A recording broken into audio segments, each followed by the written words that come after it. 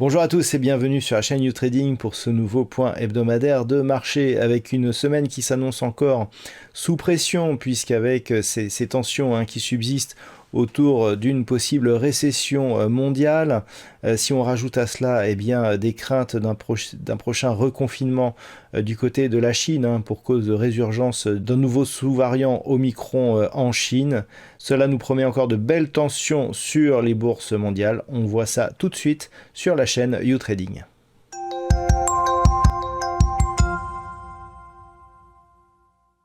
Voici donc le point de marché pour cette semaine qui débutera le lundi 11 juillet 2022. Et nous commencerons donc lundi avec une petite journée. À noter que ce sera un jour férié pour tout le monde musulman puisque c'est le jour de l'Aïd.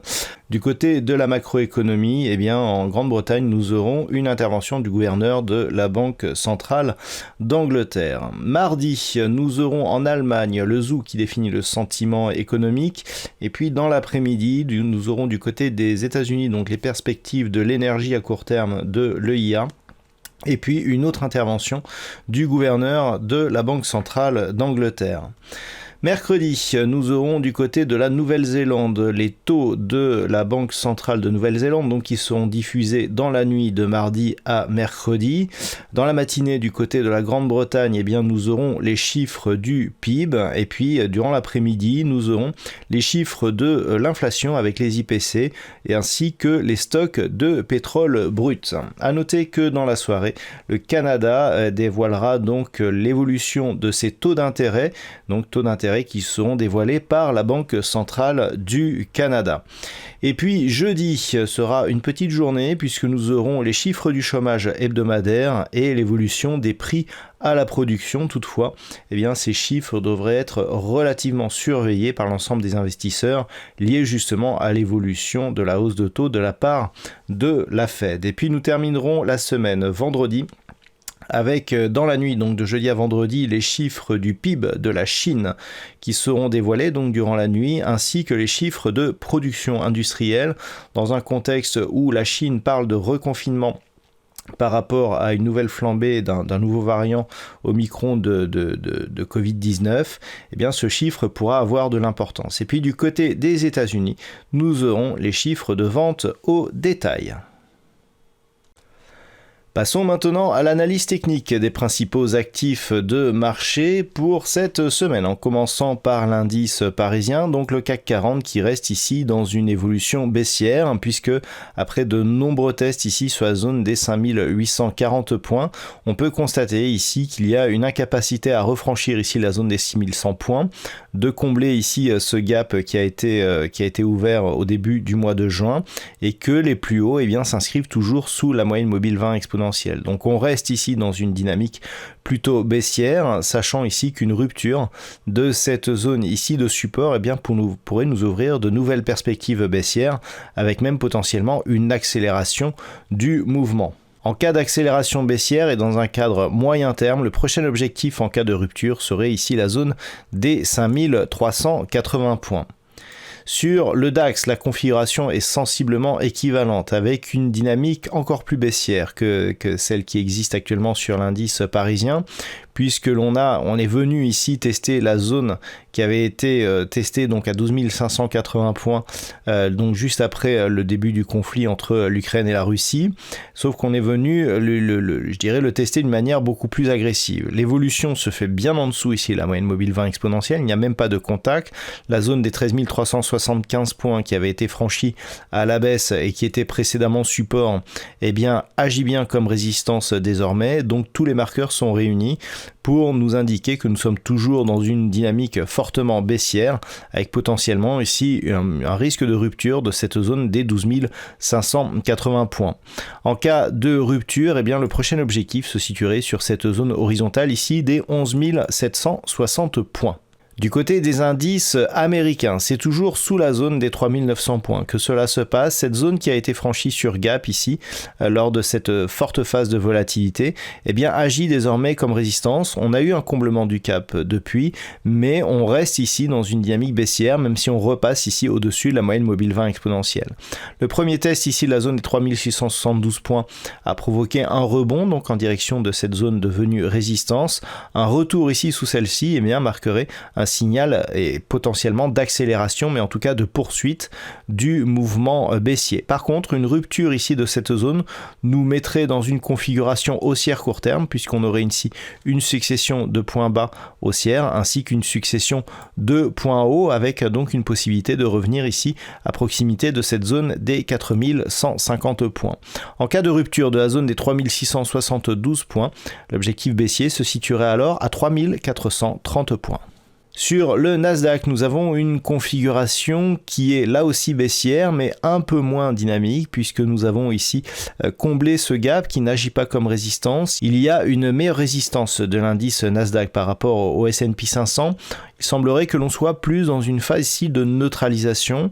Tant que les cours restent ici effectivement entre grossièrement 11 000 et 12 900 points, eh bien on est dans une phase ici qui pourrait se retourner et mettre fin ici à cette dynamique baissière. Il faudrait pour cela repasser au-delà des 12 900 points, mais un petit peu comme sur tous les autres actifs que nous analysons aujourd'hui et notamment au niveau des indices, en cas de rupture baissière, eh bien nous pourrions avoir une accélération du mouvement en direction de la prochaine zone de support qui se situe à 9 730 points. Sur le WTI, il semblerait que la volatilité se calme un petit peu, puisqu'après ici deux attaques sur la zone des 121 $ le baril, eh bien on se stabilise. Alors tant que les cours ici restent entre ces deux zones, à savoir la zone ici des 121 et cette zone ici proche des 93 $ le baril, eh bien d'un point de vue moyen terme, nous avons une neutralisation de la dynamique avec des cours ici du pétrole qui, au vu de la configuration géopolitique, eh bien semble avoir trouvé ici cette zone moyen terme d'équilibre. Une rupture de la zone des 93 eh bien, pourrait être possible en cas d'accentuation des problèmes liés au Covid-19 ou de la croissance. Effectivement, si nous avons une activité qui ralentit trop, eh bien, cela pourrait peser sur la demande et emmener le pétrole vers des niveaux inférieurs, par exemple ici la zone des 85 $ le baril. Et d'un point de vue moyen terme, on peut s'attendre ici à un équilibrage des prix du WTI tant qu'il n'y a pas trop de changements géopolitiques. Du côté de l'or, nous sommes définitivement ici sortis d'une dynamique qui était très peu orientée mais pourtant haussière. Nous avions ici défini une zone de support sur laquelle nous avions énormément de contacts. On était revenu ici au contact de la zone des 2070 $ l'once, qui était le niveau historique qui avait été marqué ici durant l'été 2020. Eh bien, il semblerait que d'un point de vue long terme, on soit ici sur un double contact. On le voit bien ici d'un point de vue sur ce graphe hebdomadaire. On a ici une phase de hausse. Premier contact ici sur 2070, deuxième contact sur 2070 et on se dirige désormais vers le point bas intermédiaire. Cette zone ici des 1675 $ l'once, eh bien elle définit une zone de neutralité, à savoir que tant d'un point de vue moyen terme, tant que les cours restent ici entre cette zone des 1675 et cette zone des 2070 points, on a un mouvement de neutralisation de la dynamique. Par contre, en cas de rupture de cette zone des 1675, eh bien on aurait une configuration en double top puisque nous avons un puis deux sommets au même niveau, un point bas intermédiaire. En cas de rupture de ce point bas intermédiaire, on aurait une configuration donc en double top dont l'objectif pourrait nous ramener ici sur des niveaux proches de cette résistance ici intermédiaire, proche des 1350 $ l'once. Donc attention ici à un éventuel retour sur cette zone des 1675 dans un contexte où le dollar index est relativement fort. Sur le marché des devises, eh bien, la rupture ici de la zone des 1.0360, qui était une zone majeure, nous donne effectivement je dirais le mouvement qui était attendu. Je vous indiquais qu'en cas de rupture de cette zone historique qui n'avait plus été refranchie depuis une vingtaine d'années, eh bien, on irait vers la parité. C'est ce qui est en train de se passer, puisqu'à l'heure de cette analyse, eh bien, les cours de la paire de devises euro-dollar évoluent ici sur des niveaux proches des 1.0090. Donc, on est à 90 pips de la parité. Ce niveau est tout à fait atteignable dans les prochains jours, tant la dynamique ici est marquée. par rapport justement à la tendance moyen terme. Donc une paire de devises euro-dollar qui confirme son orientation moyen terme baissière, notamment si on inscrivait de nouveaux points bas significatifs qui se situent actuellement autour des 1.0070.